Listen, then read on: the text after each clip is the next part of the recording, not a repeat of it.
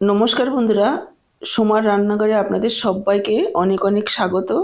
আজকে আমি লাউয়ের একটা সুস্বাদু স্বাস্থ্যকর রেসিপি আপনাদের সাথে শেয়ার করব।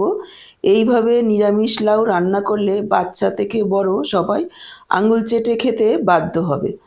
নিরামিষ লাউয়ের রেসিপিটা করার জন্য দেখুন আমি এখানে একটা মিডিয়াম সাইজের লাউয়ের অর্ধেকটা নিয়ে নিয়েছি আর লাউটাকে এভাবে ছোট ছোট করে কেটে নিচ্ছি। দর্শক বন্ধুরা, আজকের পুরো ভিডিওটা দেখে ভালো লাগলে অবশ্যই লাইক করে শেয়ার করে দেওয়ার অনুরোধ রইল। আর আপনি নতুন বন্ধু হয়ে থাকলে চ্যানেলটাকে সাবস্ক্রাইব করে সাথেই থাকবেন। বেল বাটনটা অল করে দিলে আমার দেওয়া এরকমই ঘরোয়া দারুণ টেস্টি রেসিপিগুলোর নোটিফিকেশন সবার আগে আপনাদের কাছে পৌঁছে যাবে। দেখুন লাউটাকে কাটার আগেই আমি ধুয়ে নিয়েছি, তারপরে আর ধোবো না। এবার নিয়ে নিলাম একটা প্লেটে, দিয়ে দিলাম সামান্য একটু হলুদ গুঁড়ো আর একেবারে সামান্য একটু লাল লঙ্কার গুঁড়ো। লবণ এখানে দেবো না, লবণ মেখে রাখলে জল কেটে দেবে। আর দিয়ে দিচ্ছি একটু ধনের গুঁড়ো, সামান্য একটু জিরের গুঁড়ো, একেবারে অল্প পরিমাণে দিয়েছি। এইভাবে মশলা মেখে রাখলে লাউয়ের স্বাদ ভালো হবে। ভালোভাবে মেখে 5 থেকে 10 মিনিট রেখে দেবো। দেখুন প্রায় 10 মিনিট পর ফিরে এসেছি। গ্যাসে কড়াই বসিয়ে দিয়ে দিচ্ছি সর্ষের তেল। রান্নাটা আমি সর্ষের তেলেই করব। আপনারা চাইলে যে কোনো রান্নার তেল দিয়েই করতে পারেন। এবার তেলটাকে দেখুন এভাবে ছড়িয়ে দিচ্ছি। দিয়ে দিচ্ছি মুগ ডাল। এখানে কাঁচা মুগ ডাল আমি প্রায় 20 মিনিট আগে ধুয়ে ছাঁকনিতে রেখে দিয়েছি, যাতে করে ডালের জলটা ভালোভাবে ঝরে যায় আর ডালটাও একটু ফুলে যায়। এতে করে আমাদের রান্নাটা খুব তাড়াতাড়ি হবে। এবার ডালটাকে আমি একটু ভেজে নেব, প্রায় 2-3 মিনিট সময় নিয়ে মিডিয়াম ফ্লেমে ডালটাকে ভেজে নিতে হবে। এভাবে নাড়াচাড়া করতে করতে যখন দেখবেন ডালের কালারটা অনেকটাই চেঞ্জ হয়ে গেছে, তখন বুঝে নিতে হবে যে ডালটা ভাজা হয়ে গেছে। দেখুন প্রায় 2 মিনিট মতো ডাল ভেজে নিয়েছি, তারপর যোগ করে দিলাম মশলা মেখে রাখা লাউ। এই সময় গ্যাসের ফ্লেমটাকে মিডিয়াম হাইতে রেখে লাউটাকে আরও 3-4 মিনিট সময় নিয়ে ভেজে নিতে হবে। এখানে কোনো রকম আমরা ঢাকাও দেব না আর লবণও দেব না। এভাবে একটু ভাজা ভাজা করে নিলে লাউটাও খেতে ভালো লাগবে। আপনারা চাইলে ডাল ধোয়ার আগে শুকনো খোলায়ও ভেজে নিতে পারেন, তবে এইভাবে করলে আমাদের সময় অনেক কম লাগবে আর রান্নাটাও ভালো হবে। দেখুন বন্ধুরা, খাবার সুস্বাদু হওয়ার সাথে সাথে স্বাস্থ্যকর হওয়াটাও জরুরি। লাউ আমাদের শরীরের পক্ষে ভীষণই ভালো। লাউতে রয়েছে বিরাট পরিমাণে অ্যান্টিঅক্সিডেন্ট, খনিজ, ভিটামিন। তাই বহু অসুখে দারুণ কাজ করে এই সবজি।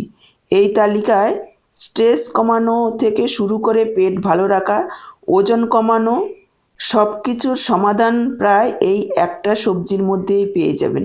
তাই আর চিন্তার কোনো কারণ নেই, নিশ্চিন্তে লাউ খান। দুশ্চিন্তা দূর করতে, হার্ট ভালো রাখতে, ওজন কমাতে এই কম দামি সবজির জুড়ি মেলা ভার। দেখুন লাউ আর ডালটাকে আমি প্রায় আরও 3-4 মিনিট ভেজে নিয়েছি, তারপর যোগ করে দিলাম জল।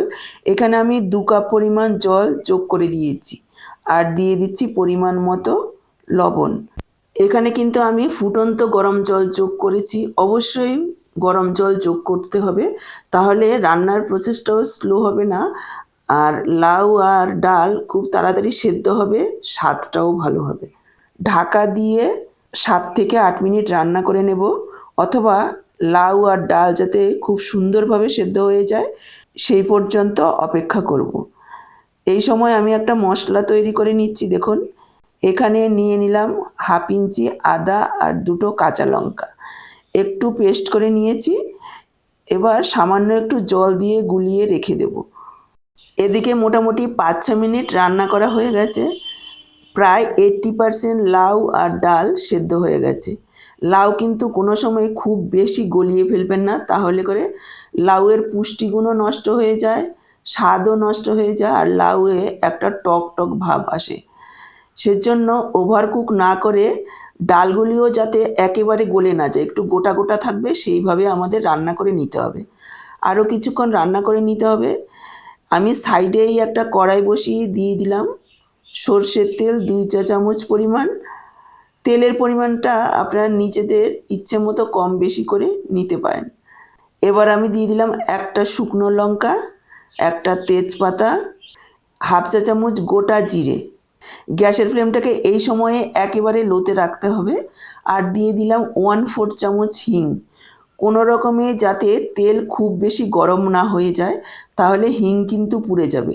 হিং দিলে যেমন স্বাদ বাড়ে, সেরকমই পেটের পক্ষেও ভীষণই ভালো। হিং যাতে কোনো রকমে পুড়ে না যায়।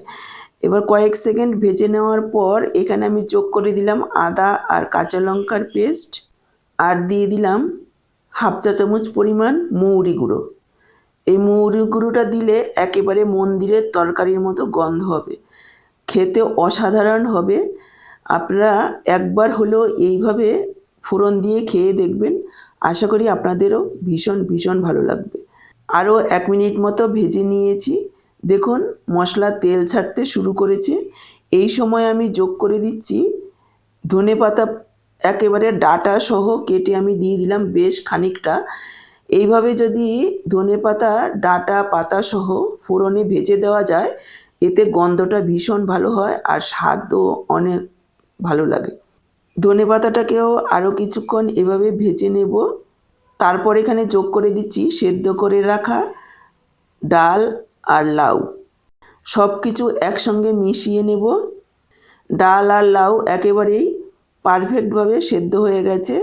আপনারা চাইলে আরও একটু ঘনও রাখতে পারেন বা শুকনোও করতে পারেন, আবার চাইলে আরেকটু পাতলাও করতে পারেন। ইচ্ছে অনুযায়ী জল বাড়িয়ে কমিয়ে ঘন অথবা পাতলা করে নিতে পারেন। এটা যদি ভাতের সঙ্গে খাওয়া হয় তাহলে এই রকমই পাতলা ঠিক আছে, আর যদি রুটির সাথে খাওয়া হয় তাহলে আরও একটু শুকনোও করতে পারেন। এখানে আমি দিয়ে দিলাম 1/2 চা চামচ পরিমাণ ভাজা জিরের গুঁড়ো। এখানে আছে জিরে, ধনে, এলাচ, দারচিনি আর শুকনো লঙ্কা একসঙ্গে ভেজে গুঁড়ো করে নিয়েছি। আর সাথেই দিয়ে দিলাম 1 চা চামচ ঘি, আর দিয়ে দিলাম 1 চা চামচ চিনি। চিনি অবশ্যই একটু দেওয়ার চেষ্টা করবেন, কেননা নিরামিষ ডাল একটু মিষ্টি দিলে খেতে ভালো লাগবে। আরও একবার সব কিছু একসঙ্গে মিশিয়ে নিলাম, আর 1 মিনিট মতো ফুটেও গেছে, এর থেকে আর বেশি ফোটাবো না। সব কিছু মিশিয়ে নিয়ে ঢাকা দিয়ে গ্যাসটাকে অফ করে 5 মিনিট রেখে দেব, যাতে করে ঘি, গরম মশলা, ধনেপাতার গন্ধটা ভালোভাবে মিশে যায়। দেখুন একবার দেখিয়ে দিচ্ছি লাউটা কেমনভাবে সিদ্ধ হয়েছে। একেবারে সেদ্ধ হয়ে গেছে অথচ গলে যায়নি। এইভাবে রান্না করে খেয়ে দেখবেন, বাচ্চা থেকে বড় সবাই চেটেপুটে খাবে।